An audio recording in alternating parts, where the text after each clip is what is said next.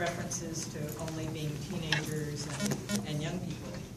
And those workers are mostly women, and about a third of those women have children. Given these facts, do you support raising the federal minimum wage to $10.10 an hour? So I certainly agree that society has a responsibility for trying to help those in need, right? And we've got to be able to do it in the best way that's going to help the most people. So when you look at those that live in poverty, only 3% of those that live in poverty work full-time. The reason why people are in poverty is not because they're making the minimum wage, it's because they're not working full-time or they don't have a job at all. So that goes back to what I started with. The number one issue is jobs in the economy. The goal is to pass policies that have a pro-growth effect, that create jobs, so that person who's working part-time can work full-time, or that person who doesn't have a job can get a job. Now, and so the other thing is that a minimum wage, I believe that a minimum wage should be set at the state level, because not every jurisdiction has the same cost of living. And a $10 minimum wage in Las Vegas is different than a $10 minimum wage in Manhattan.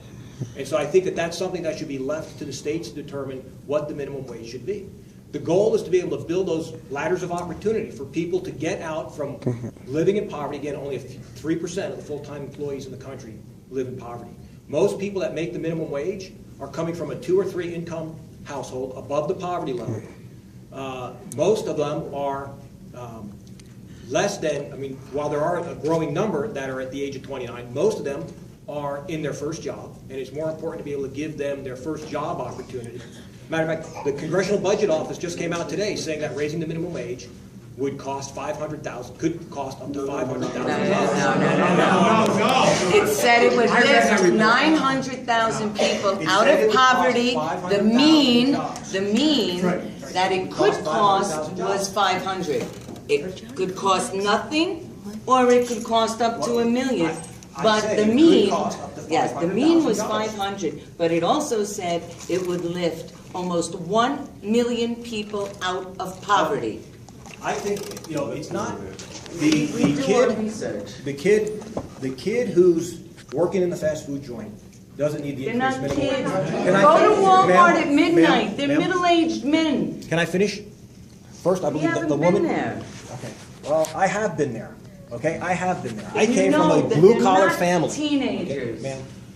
Wendy in the back is asking the question, I'm so sorry, I'd appreciate it if you allow Wendy to have the floor. I did refer to the fact that not all of these people are teenagers. I understand. So rather than have a blanket minimum wage increase, why don't we target the help for those who need it?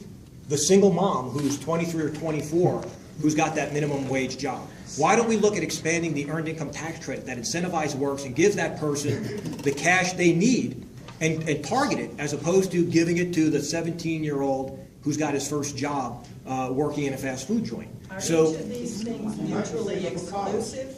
I'm sorry? Are each of these things mutually exclusive? Well, they're mutually exclusive in the terms of we have a finite amount of resources that we can apply.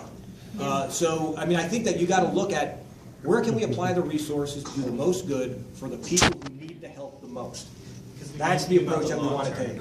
Raising the minimum wage will raise. I'm sorry, but as a constituent and a single mom, and as a single mom and a teacher here in your area, I work full time. I put myself through college, and I'm a single mom, and I get free and reduced lunch for my kids. So I think you're out of touch with the constituents in your area. I work full time. As a matter of fact, I work over full time, and I'm a single mom. And you're sitting here talking about how this is people that don't work full time, that don't this, that, and the other. I'm sorry. Are you making the minimum wage as a teacher in the school district? I am making the minimum wage, and I'm saying it's not enough.